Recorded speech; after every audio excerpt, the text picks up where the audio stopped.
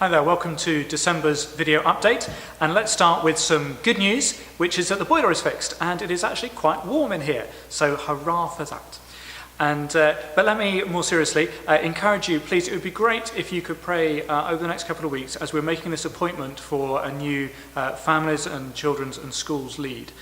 Please pray that we get the right person into that job because it's such a key part of our mission to the local area. Now for some not so good news, which is to do with the church finances. You'll know that the boiler has cost us a lot of money to repair, and I'm delighted to say that someone has offered to pay that bill for us, which is wonderful. I don't know who that person is, but thank you if you're watching. It's very kind. But as we look forward to 2019, our finances aren't in a great state, and Jackie is just going to explain a little bit about that.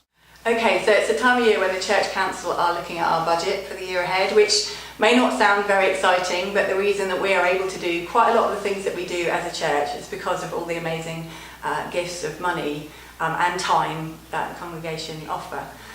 Anyway, we've been doing our sums, or rather David has been doing our sums, and at the moment it's really tough. It looks like the amount of money we think is coming in is not going to be enough for the amount of money that we think we're going to need this year.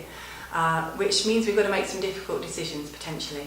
But I was thinking and praying about that this week, and I just know that God loves to provide, and He loves it when we ask Him. So can I urge you, this is something that I'm going to be doing over the next few weeks as well, to fast and pray for our church finances. Pray for wisdom for the PCC as we make those decisions. But God is just huge, and His provision is incredible, and we know that amongst us all we have the money that we need.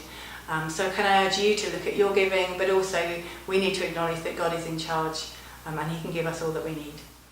This is not the parish version of Project Fear. A little while ago Dan preached on giving and gave out some financial commitment forms. I'd really appreciate it if everyone could make an effort to return those. The thing that will do is to give us more visibility and more certainty about the income levels, and from there we can decide on whether we can try and improve our giving or to reduce our resources for the budget in 2019. So that's where we are at the moment. We have a deficit of 12,000 at this moment in time. Just wanted to make you all aware of that. Thanks for listening, and a Merry Christmas to you all.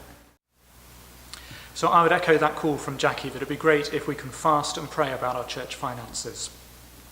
But now for the best news of all, and that of course is Christmas. And at Christmas we have such a wonderful gospel message to share with people. A wonderful gospel message for us, that God should love us so much that He would choose to come into the world, live a human life, die a painful death, so that we could know peace with God. It's a fantastic message. And of course we want to share that with as many people as possible in Shirley this Christmas time. So here's a few things that we'd love for you to do.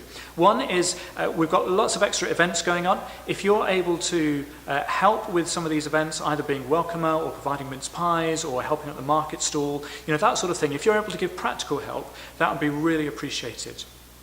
Second, something we don't want you to do is actually to send Christmas cards to other people within the congregation.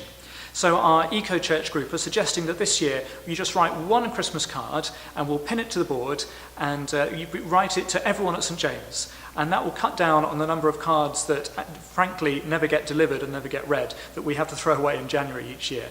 And so it'll be good for the environment, and it'll create a nice display about us giving each other our Christmas wishes at Christmas time. And then third, and maybe most importantly, I'd love you to give out some of these invitations to friends of yours or family, and pray first. Think, okay, God, who do you want me to invite to our Christmas services this year? Pick up some of the invitations and then use them to invite people. And it would be lovely to have the church packed at lots of the different services that we've got coming up. It's a wonderful opportunity to share the good news. Let's make the most of this opportunity.